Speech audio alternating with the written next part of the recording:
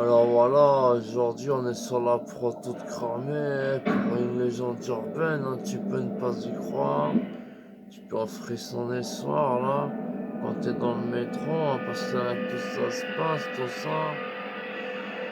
Et voilà, il se trouve que c'est l'histoire, voilà, de dire Jojo. Jojo comme ça, il traverse le métro, tout ça. Et Jojo, faut préciser avant qu'il a connu des problèmes avec une drogue qu'on appelle la branque, tout ça. C'est un truc qui te fait souffrir et tu passes par des états de calvaire atroces. Et tu relativises le monde, comment que les gens te laissent crever quand t'es seul. Et voilà, tu vois les choses différemment, tout ça. Pour les pires des nôtres encore, si t'as pas le cœur trop léger, tu massacres, tu massacres, tu massacres et tu t'en sors intact. Mais bon, bref, voilà, moi je m'en suis sorti, ça va, ça va. Et là, j'avance dans ce couloir, tout ça, et tout d'un coup, au loin, je vois des petits doigts qui bougent au travers d'une grille d'égout. Et je me dis, oh là là, je dois avoir une remontée, c'est quoi ce truc de dingue? Il m'a vendu quoi le frérot là hier soir? Et je revois des doigts qui sortent, tout ça. Et j'entends cette petite mélodie.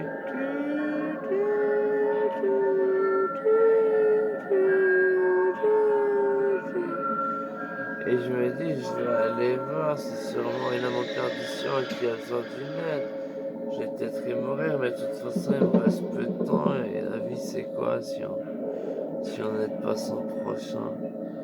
Donc je m'en vais, voilà. J'attends que les doigts disparaissent par pragmaticité à moindre, hein, même si je crois plus en cet esprit qu'en l'être humain, et je pousse mon oreille. Et à ce moment-là, une voix me dit les âmes des morts te remercient pour tes services loués, et je sais que tu sauras comprendre ma souffrance, j'ai besoin de toi.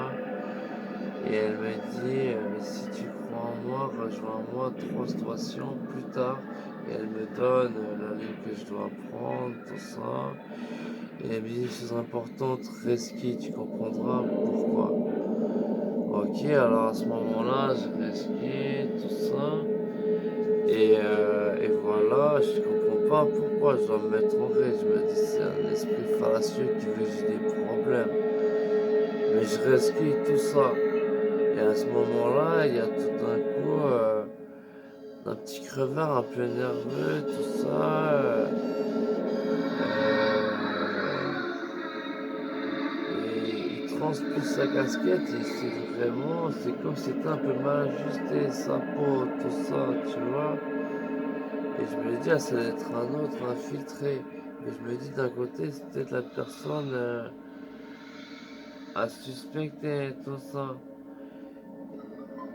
Et elle me dit,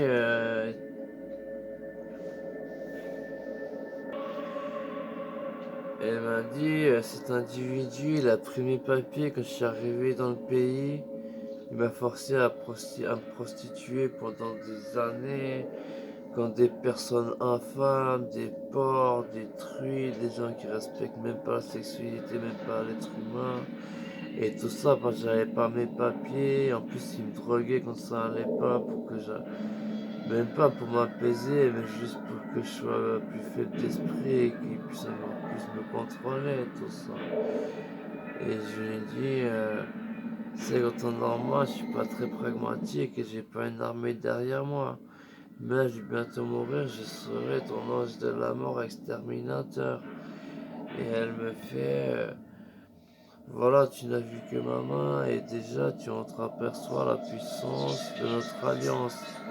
Et tout d'un coup, je vois une vision d'une femme toute blanche, plus blanche que la blancheur, plus blanche que l'extrême nord, et avec des yeux bleus qui tout d'un coup qui crachent des flammes de froid avec de l'atmosphère aussi qui s'en évade comme du petit brouillard.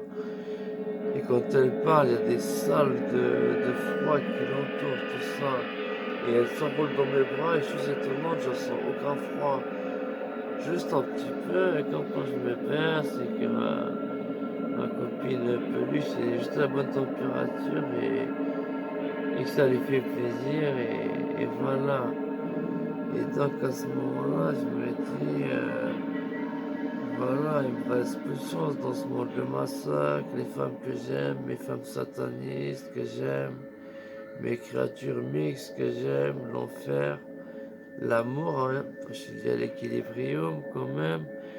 Et donc elle me dit, tu vois, celui-là, en plus il est armé d'explosifs, tout ça.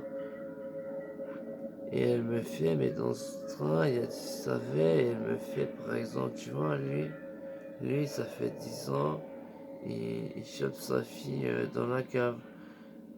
Et vraiment, voilà, elle ose même pas sortir avec ses amis de classe parce que elle a peur que, voilà, ils la prennent pour une malpropre. Quant à lui, tu sais ce qu'il fait? Et elle m'a vraiment raconté des vertes et des pas mûres. Et je me dis, fais-t'es l'avocat du diable pour me faire agir.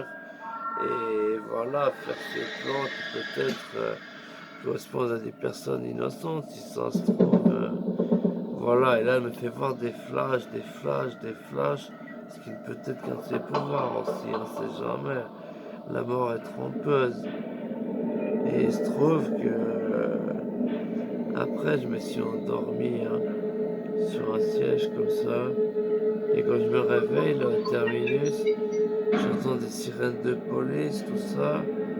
Il y a un type, il me réveille, il fait hey, qu'est-ce que vous faites à dormir? Et je fais je sais pas, j'ai dû rater mon arrêt, je sais pas ce qui m'est arrivé, je me suis endormi. Et il me fait regarder autour de vous, monsieur. Il voit tout autour, il y a plus que des cadavres. Et il y en a un, il y a, voilà, le maigrichon qui l'avait mis. Mais voilà, de 2 m 10 comme ça, qu'il l'avait mis sur le trottoir, qu'il ait fait tapiner en contrôlant ses papiers. Il a écarté en 2 wagons et il a glissé voilà, une copie de sa carte d'identité dans son cul et tout ça. Et je me dis, oh, je sais pas, ça doit être un mauvais sens, je sais plus ce qui peut arriver pendant qu'on dort, pendant qu'on dort. Et il fait, vous avez votre carte d'identité? Et moi, c'est Freddy, hein.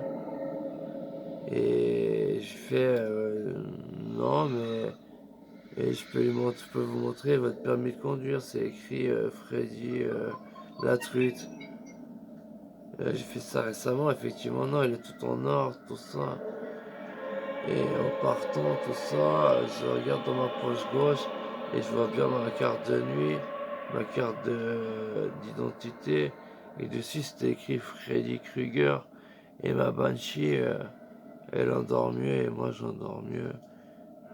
La vie, elle est complexe, elle est paradoxale. En faites pas de mal, ayez la conscience tranquille si vous voulez pas que le retour de flamme se produise bien avant, bien après la mort même de ceux que vous aurez tués, bande de mécréants.